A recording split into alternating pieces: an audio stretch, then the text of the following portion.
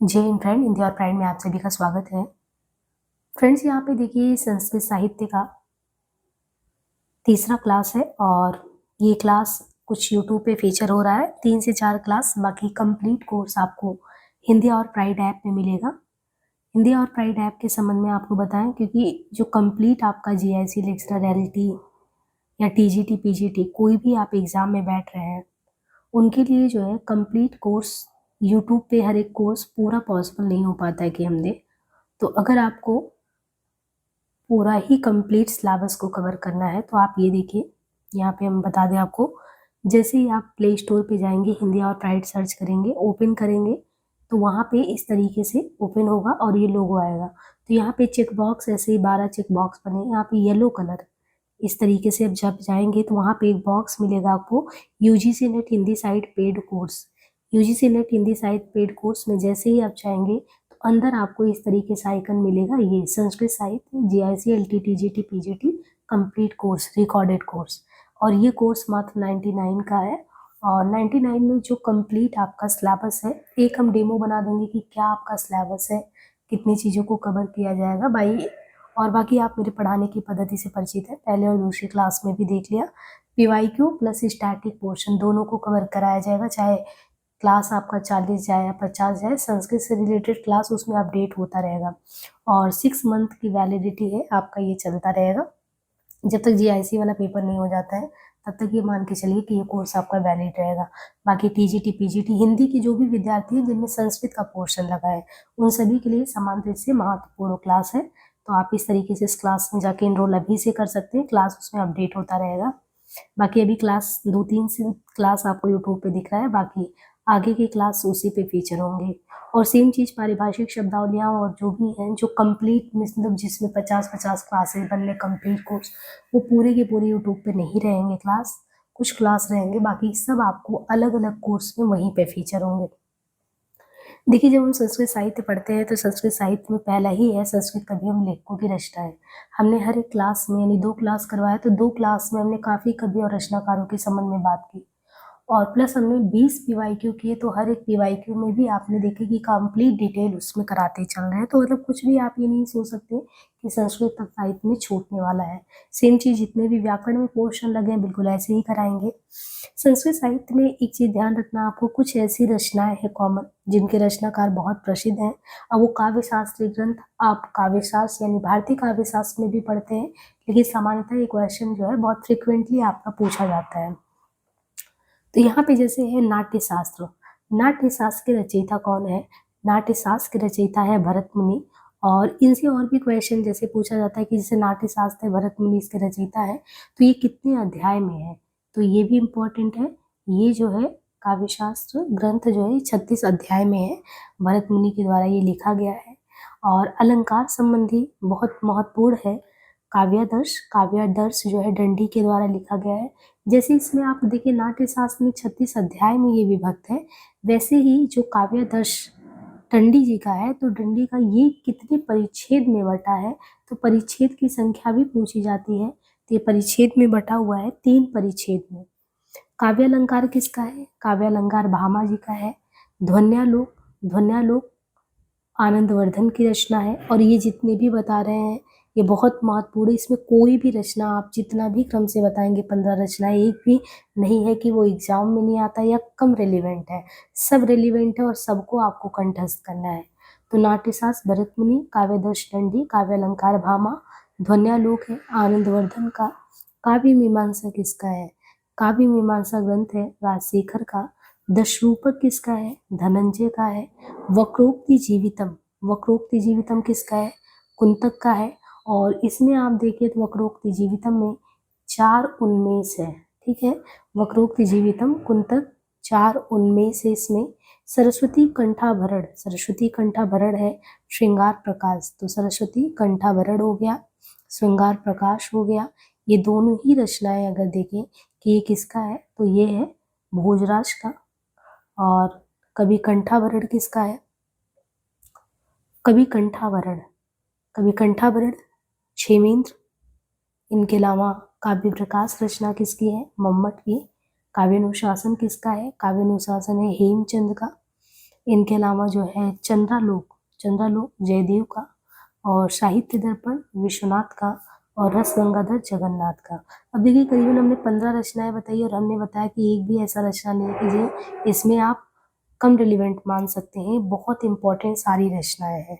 तो नाट्य शास्त्र भरत मुनि, काव्यदर्श दंडी, काव्य अलंकार भामा, इन्हें हम जब भारतीय काव्य शास्त्र और पाश्चात्य का कोई कोर्स लाएंगे तो उसमें भी आएंगे, बाकी इनमें भी पूछे जाते हैं। तो नाट्य शास्त्र भरत मुनि, काव्यदर्श, काव्य अलंकार भामा, ध्वन्यालोक आनंदवर्धन, काव्य मीमांसा राजशेखर, 10 रूपक धनंजय, वक्रोक्ति जीवितम कुंतक, सरस्वती कंठाभरण भोजराज, श्रृंगार प्रकाश, कवि कंठाभरण छेमेन, काव्य प्रकाश मम्मट, काव्य अनुशासन हेमचंद, चंद्रालोक जयदेव, साहित्य दर्पण विश्वनाथ, रस गंगाधर जगन्नाथ। इसके बाद कुछ ऐसे गीति काव्य या खंड काव्य हैं जो बहुत जरूरी हैं, तो वो गीति काव्य या खंड काव्य आपको पता होना चाहिए। हालांकि ये भी हम जितने बार क्वेश्चन करेंगे तो सारे होते रहेंगे, लेकिन पिछली क्लास में हमने इम्पोर्टेंट दर्शन ग्रंथ, व्याकरण ग्रंथ, कथा साहित्य करवाया था, और महाकाव्य के साथ कौन से कितने कांड में, पर्व में, सर्ग में, या बृहत्त्रयी क्या है ना, लघुत्रयी, बृहत्त्रयी, इन सब पे तो बराबर बात करते चल ही रहे हैं। तो गीति काव्य और खंड काव्य में आप देखो कि कौन से आपको ये याद करने हैं। जैसे कालिदास जी का है तो ऋतुसंहार और मेघदूतम, हमने पिछली क्लास में बताया कि ऋतुसंहार और मेघदूतम को ध्यान रखना, दोनों ही क्या है, गीति काव्य है। और मैंने ऐसे याद कराया कि सावन के ऋतु में कैसे मेघ जो है वर्षा की बात होती है, तो उस समय जो है मेघ ऋतु की बात की है, तो उस समय गीत गाने का मन होता है, तो ऐसा कालिदास जी ने लिखा। अब ये देखिए, ये भर्तृहरि जी का तीनों है, नीति शतकम, श्रृंगार शतकम, वैराग्य। यानी जब आपके जीवन में नीति के दोहे आते हैं, ठीक है, श्रृंगार से आपका मोहभंग कब होता है, जब आपके जीवन में नैतिक मूल्य आते हैं, और जब आते हैं तो आप वैराग्य धारण कर लेते हैं। तो आप भर्तृहरि जी का जब हम कंप्लीट सेशन लेंगे तब आपको बताएंगे कैसे वैराग्य धारण कर लेते हैं। तो एक श्रृंगार के जीवन में रहते हुए कौन सा व्यक्ति कैसे वो नीति की तरफ उन्मुख हो जाता है और फिर जो है वैराग्य ले सकता है, तो ये पूरा आपको इस काव्य में देखने को मिलेगा। इसके बाद गंगा लहरी और सुधा लहरी, दो चीज है।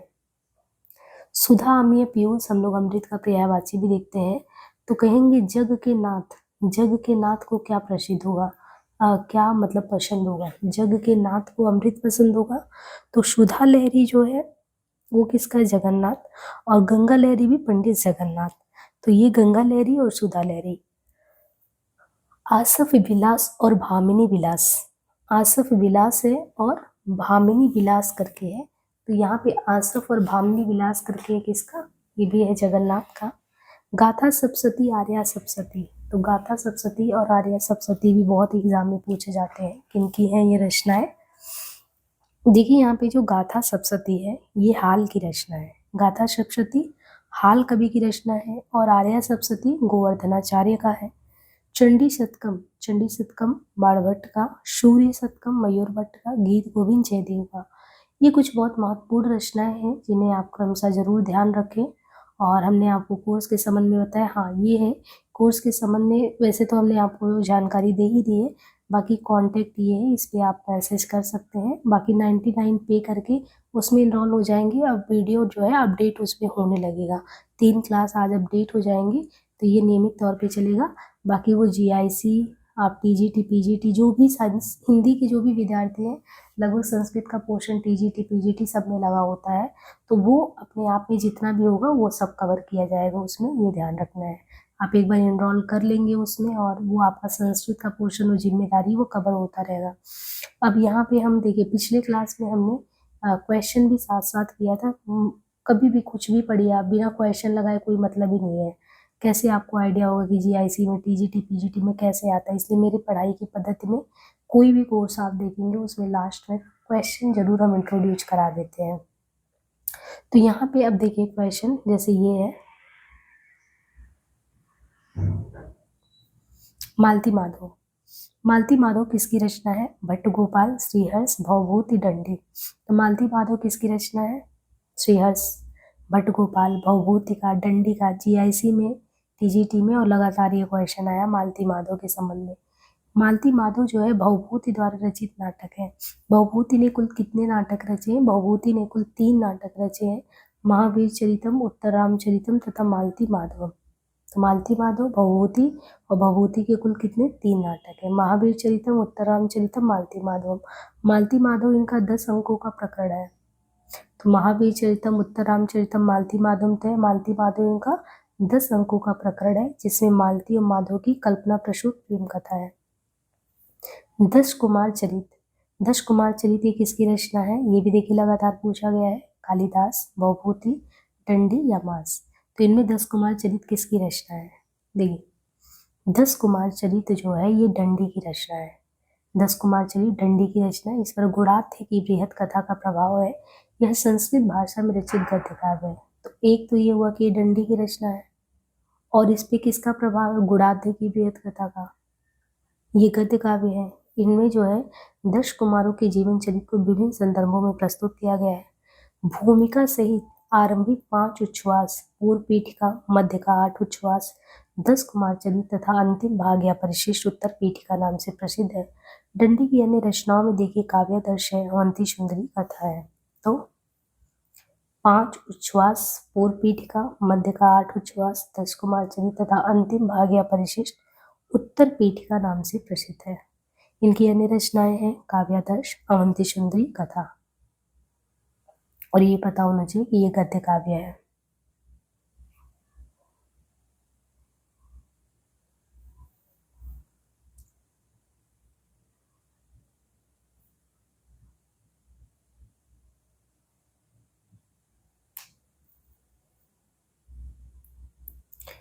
नैषध चरित चर्चा किनकी रचना है, नैषधीय चरितम। नैषधीय चरितम हमने पहले भी बात की है, बृहत्तरी में आपने पढ़ा है, भास, श्रीहर्ष, कालिदास, भारवी।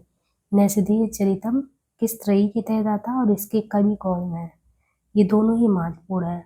तो नैषधीय चरितम जो है किसका है, श्रीहर्ष की रचना है नैषधीय चरितम। और ये बृहत्तरी, जो बृहत्तरी है, 3 लोग मिलके जो संस्कृत साहित्य में बहुत प्रमुख रचनाएं हैं, बृहत्त्रयी बनता है, तो उसमें नैषधीय चरित आता है, श्रीहर्ष की रचना। महाकाव्य की, महाभारत की नल उपाख्यान से इसकी कथा वस्तु ली गई है। यह विशाल महाकाव्य यानी ये जो नैषधीय चरितम है 22 सर्गों में विभक्त है। तो याद हो हम लोगों ने कैसे याद किया था, शिशुपाल वधम, नैषधीय चरितम और किरातार्जुनीयम, 3 चीज था। तीनों को हम लोगों ने कैसे याद किया था, 18, 20, 22, ये तीनों हैं, तीनों मिलके बृहत्त्रयी का निर्माण होता है। और विशाल महाकाव्य कितने सर्गों में विभक्त है, तो ये है कुल मिला के 22 सर्गों में विभक्त है। भास का हमने 13 देखा रचनाएं, जिनमें 8 और फिर 5 देखा था, एकांकी था, ठीक है। जिसमें हमने कैसे याद किया था, प्रतिज्ञा ने प्रतिज्ञा क्या की, स्वप्न में प्रतिज्ञा की थी, किस चीज के लिए, कि अगर हम बाल चरित या प्रतिमा में से एक का चुनाव करेंगे, तो प्रतिमा का चुनाव करेंगे तो अभिषेक करना पड़ेगा, यानी जल चढ़ाना पड़ेगा। तो प्रतिज्ञा को स्वप्न आया पंचरात्र को कि हम बाल चरित या प्रतिमा में से अगर प्रतिमा का चुनाव करेंगे तो अभिषेक यानी जल चढ़ाना पड़ेगा। इसके बाद ये होने के बाद यानी 1, 2, 3, 4, 5, 6 इतना हो गया, और 6 के बाद 7, 8, हाँ फिर इसकी वजह से चारुदत्त यानी चारु में सुंदरता, तो चारुता आएगा, सुंदरता आएगा, ठीक है।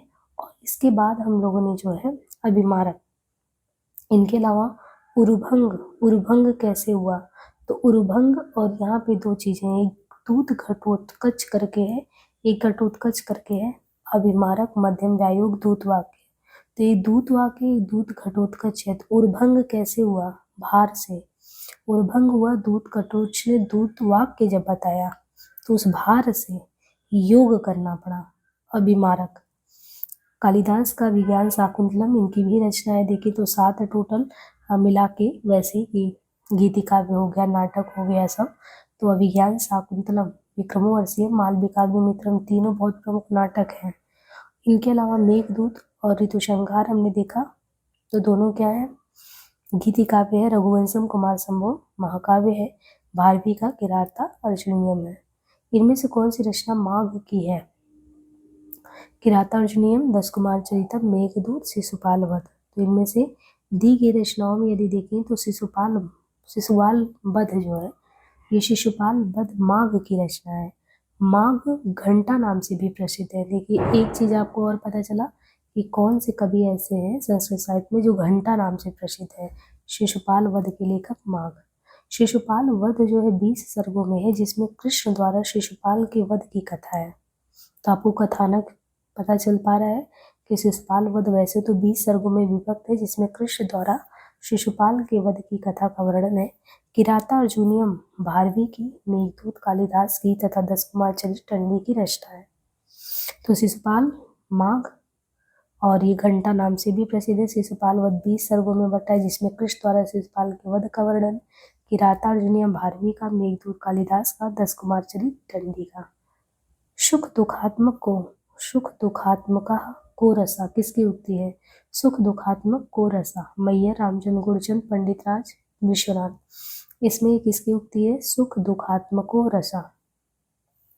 सुख दुखात्मको रसा रामचंद्र गुरचंद की उक्ति है। रामचंद्र गुरचंद लेखक आचार्य रामचंद्र व गुरचंद ने नाट्य शास्त्र की प्रसिद्ध पुस्तक नाट्य दर्पण, कौन सी पुस्तक? नाट्य दर्पण की रचना की। ये दोनों हेमचंद्र के शिष्य थे। रामचंद्र व गुरचंद ने नाट्य शास्त्र की प्रसिद्ध पुस्तक नाट्य दर्पण की रचना की। ये दोनों हेमचंद्र के शिष्य थे।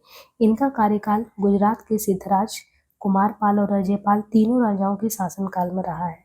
कहा जाता है कि अंतिम राजा अजयपाल किसी कारण से क्रोधित होकर इन्हें प्राणदंड दे दिए थे। तो इनके संबंध में क्या है? सुख दुखात्मको रसा, ये रामचंद्र गुरचंद की उक्ति है। और आचार्य रामचंद्र व गुरचंद ने नाट्य शास्त्र की प्रसिद्ध पुस्तक, ये नाट्य शास्त्र की प्रसिद्ध पुस्तक नाट्य दर्पण की रचना की है। बाकी ये दोनों ही हेमचंद्र के शिष्य थे। इनका कार्यकाल गुजरात के सिद्धराज, कुमारपाल और अजयपाल तीनों राजाओं के शासनकाल में रहा। सांख्य दर्शन के प्रवर्तक कौन माने जाते हैं? सांख्य दर्शक, हमने दर्शन देखे पिछले क्लास में आपको करवाया, इसीलिए हमने सारी चीजें कि 3-3 क्लास में आपके संस्कृत के कवि, लेखक की रचनाएं, गीतिकार, काव्य शास्त्रीय ग्रंथ, कथा साहित्य, दर्शन ग्रंथ, व्याकरण ग्रंथ क्यों करा रहे हैं? क्योंकि प्रीवियस के क्वेश्चन का अनुभव है कि घूम फिर के वो क्वेश्चन कहीं ना कहीं आ ही जाएगा, तो कुछ भी छूटना नहीं चाहिए। और प्रॉपर अगर आप एक कोर्स में पढ़ेंगे तो कुछ भी नहीं छूटना है, भले वो क्लास 40 से 50 जाए।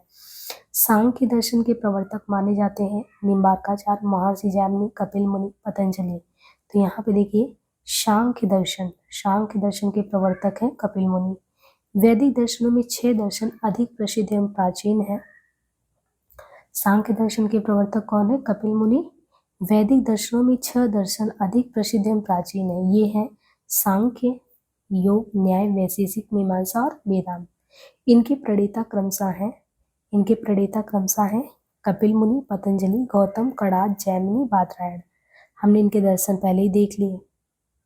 कालिदास के नाटकों में स्त्रियां तथा निम्न श्रेणी के पात्र किस भाषा में बोलते हैं? तो कालिदास के नाटक उठा के देखिए, उनमें जो भी स्त्रियां हैं और निम्न श्रेणी के जो पात्र हैं वो किस भाषा में बात करते हैं? संस्कृत में, संस्कृत मिश्रित में, प्राकृत में, अशुद्ध संस्कृत में। तो ये LT 2018 में ये आया क्वेश्चन कि यहाँ पे कैसे वो बात करते हैं। तो दास, दासी तथा अधम पात्र, ये जो है कालिदास के नाटकों में स्त्रियां तथा निम्न श्रेणी के पात्र प्राकृत भाषा का प्रयोग बोलने में करते हैं, प्राकृत का। जबकि मुख्य पात्र जो यहाँ पे कुलीन है, उच्च वर्गीय है, वो विशुद्ध संस्कृत। तो निम्न श्रेणी वाले कैसे प्रयोग में लाते हैं और उच्च वर्गीय श्रेष्ठ पात्र कैसे बात करते हैं? निम्नलिखित में से कौन सी एक रचना भवभूति की है? भवभूति की उत्तर रामचरितम, किरातार्जुनीयम, कादम्बरी, नैषधीय चरितम। तो देखिए भवभूति की रचना की बात की जा रही है और उत्तर रामचरितम जो है भवभूति की रचना है। इनकी 2 प्रमुख अन्य रचनाएं हैं, यानी उत्तर रामचरितम के अलावा भवभूति की जो अन्य रचनाएं हैं मालती माधवम, महावीर चरितम। तो महावीर चरितम का ही उत्तरी पार्ट है, मतलब कि वही राजाभिषेक के बाद की उत्तर रामचरितम। तो महावीर चरितम है, फिर उत्तर रामचरितम है। बाकी मालती माधवम है, कादम्बरी बाणभट्ट का है, किरातार्जुनीयम भारवीय का है, नैषधीय चरितम श्रीहर्ष का है। काव्य रचना की दृष्टि से महाकवि माघ किन 3 गुणों से विभूषित स्वीकार किए जाते हैं? काव्य रचना की दृष्टि से महाकवि माघ जो है वो किन 3 गुणों से विभूषित स्वीकार किए जाते हैं? सत्व गुण, रज गुण, तम गुण, ओज गुण, प्रसाद गुण। तो क्या चीज महाकवि माघ में देखने को मिलता है? तो यहाँ पे हमें समझना है कि महाकवि माघ को उपमा, अर्थ गौरव तथा पद लालित्य। महाकवि मांग को उपमा, अर्थ गौरव तथा पद लालित्य 3 गुणों से विभूषित स्वीकार किया गया है। ये क्वेश्चन पूछा गया है पहले भी कि उपमा, अर्थ गौरव और पद लालित्य, और सबसे बड़ी बात है ये LT 2018 में ही पूछा गया है। तो महाकवि मांग को उपमा, अर्थ गौरव तथा पद लालित्य, महाकवि मांग को उपमा, अर्थ गौरव तथा पद लालित्य 3 गुणों से विभूषित स्वीकार किया गया है। ये कहना और इसे कैसे याद करना है, उपमा कालिदासस्य भारवे अर्थ गौरवम दंडिना पद लालित्यम माघे सन्ति त्रयोगुणा। उपमा कालिदासस्य भारवे अर्थ गौरवम दंडिनः पद लालित्यम माघे सन्ति त्रयोगुणा। कालिदास की किस रचना को दूत काव्य माना जाता है? कालिदास की कौन सी ऐसी रचना है जिसको दूत काव्य कहते हैं? अभिज्ञान शाकुंतलम, मेघदूतम, विक्रमोर्वशीयम, मालविकाग्निमित्रम। तो कालिदास की किस रचना को दूत काव्य माना जाता है? कालिदास की मेघदूत को दूत काव्य माना जाता है। कालिदास की मेघदूत रचना को दूत काव्य माना जाता है, जबकि अभिज्ञान शाकुंतलम, विक्रमोर्वशीयम, मालविकाग्निमित्रम तीनों कालिदास के नाटक हैं।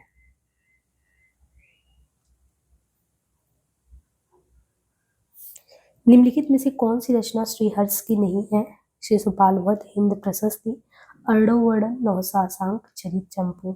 इनमें से कौन सी रचना जो है श्रीहर्ष की नहीं है? शिशुपाल वध, हिंद प्रशस्ति, अर्णववर्णन, नवशासांक, चरित चंपू। इसमें आप गेस कर पा रहे कौन सा इसमें श्रीहर्ष का नहीं, बाकी 3 है। शिशुपाल वधम जो है श्रीहर्ष की रचना नहीं है, बल्कि मांग की है।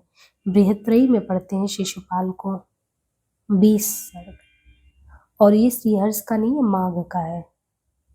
अर्णववर्णन, छंद प्रशस्ति, नवशासांक, चरित चंपू श्रीहर्ष की रचनाएं 3 हुई। अर्णववर्णन के अलावा छंद प्रशस्ति, इनके अलावा नवशासांक, चरित, ये श्रीहर्ष की रचनाएं हैं। शिशुपाल वधम श्रीहर्ष की रचना नहीं है, बल्कि मांग की है। कालिदास की रचना रघुवंशम है, क्या है? एक खंड काव्य, एक गीत काव्य, एक मुक्तक काव्य, एक महाकाव्य। कालिदास की रचना रघुवंशम क्या है? तो रघुवंशम के बारे में हमने पहले ही बताया था कि ये है एक महाकाव्य। संस्कृत के महाकवि कालिदास द्वारा विरचित रघुवंशम महाकाव्य है। कुमार संभवम कालिदास द्वारा विरचित दूसरा महाकाव्य है। तो एक रघुवंशम है, दूसरा कुमार संभवम है। अभिज्ञान शाकुंतलम, विक्रमोर्वशीयम, मालविकाग्निमित्रम, ये कालिदास की प्रसिद्ध नाट्य कृतियां हैं। मेघदूतम, ऋतुसंहार, ये कालिदास के गीत काव्य हैं। संस्कृत की किस कवि ने एको रसः करुणा यम कहकर करुण रस को रसराज घोषित किया है? ये पहले भी क्वेश्चन आया है, GIC PGT TGT में फिर से पूछा गया। एको रसा, एक ही रस है और करुण है, और एको रसा करुणा किसके बारे में कहा गया था? जो सर्वश्रेष्ठ काव्य था किसका? कालिदास जी का। पिछले क्लास में भी हमने इसको किया था। तो यहाँ पे देखिए, भवभूति ने जो है एको रसा करुणायम कहकर करुण रस को, किसको? एको रसा करुणायम कहकर करुण रस को रसराज घोषित किया। संस्कृत के महाकवि भवभूति ने 3 नाटकों की रचना की। मालती माधवम, महावीर चरितम, उत्तररामचरितम। वाल्मीकि रामायण के उत्तरकांड की कथा पर आधारित उत्तर रामचरितम। तो किस पे? वाल्मीकि रामायण के उत्तरकांड की कथा पर आधारित उत्तर रामचरितम करुण रस प्रधान रचना है। भवभूति ने करुण को ही एकमात्र रस माना है। किसने माना है? भवभूति ने। भवभूति ने करुण को ही एकमात्र रस माना है तथा श्रृंगार आदि अन्य रसों को करुण रस का ही विकार माना है। भवभूति ने लिखा है, एको रसः करुणा यम निमित्त भेदात् भिन्नः पृथक पृथक गीव श्रोत्रे विवर्तान्। कला परिच्छेद के लेखक कौन है? कालिदास, दंडी, भवभूति, भारवी। कला परिच्छेद के लेखक इनमें से कौन है?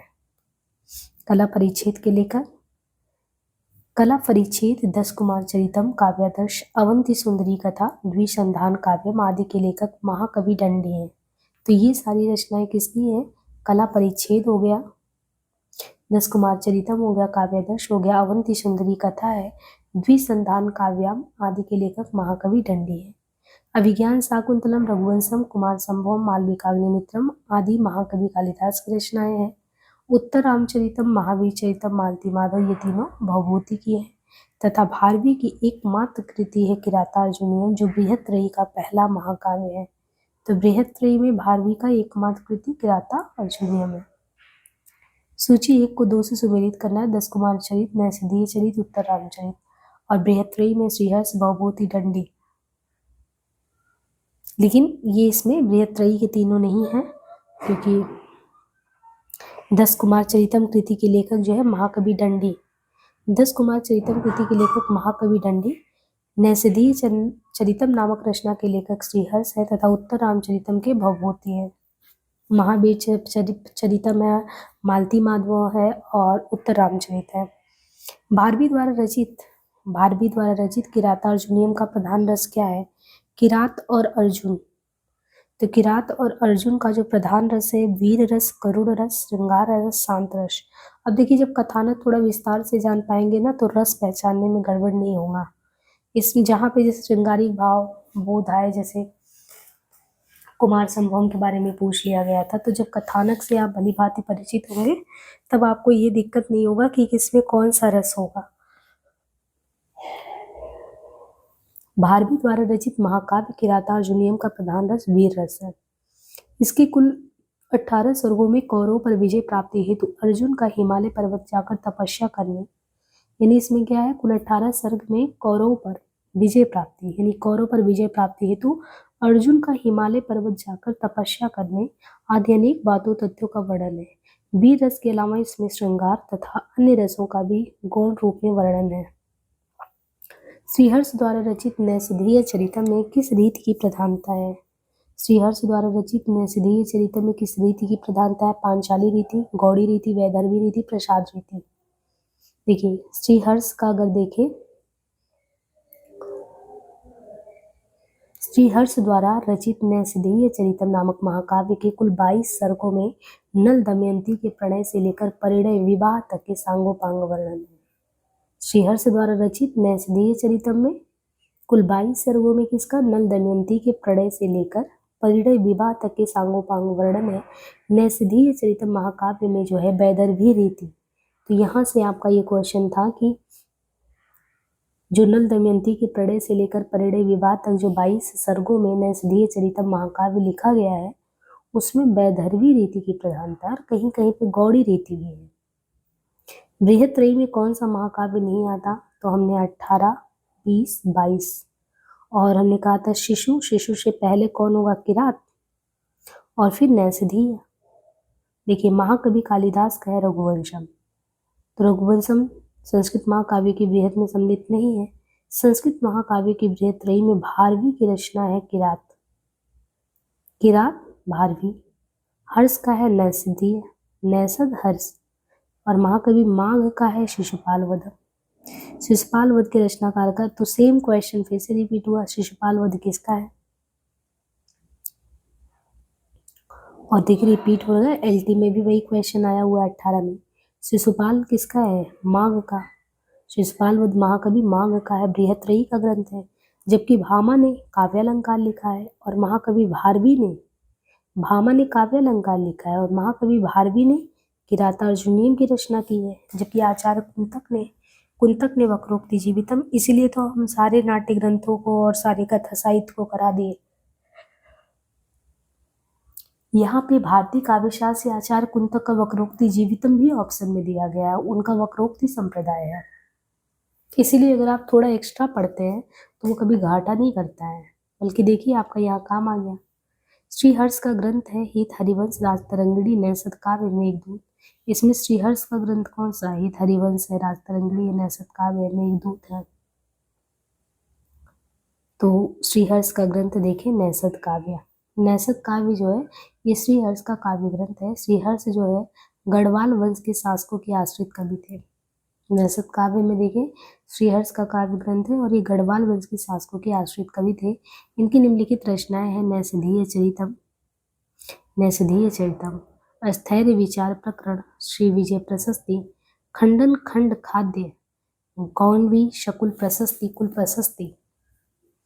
राजतरंगिणी कल्हड़ की रचना है, जबकि मेघदूतम किसका है? कालिदास का गीति काव्य है। तो इस तरीके से हमने जो है आधे घंटे में आपके करीबन 20 क्वेश्चन विथ एक्सप्लेनेशन और जितने इंपॉर्टेंट फैक्ट थे रचनाकार और रचनाओं से संबंधित उन्हें कराया है।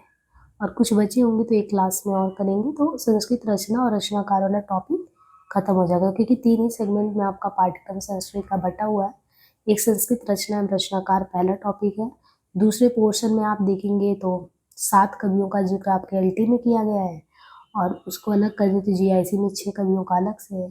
तो एक एक रचनाकार पे डेडिकेटेड क्लास हो जाएगा, और फिर व्याकरण है। तो आज के लिए इतना ही, धन्यवाद।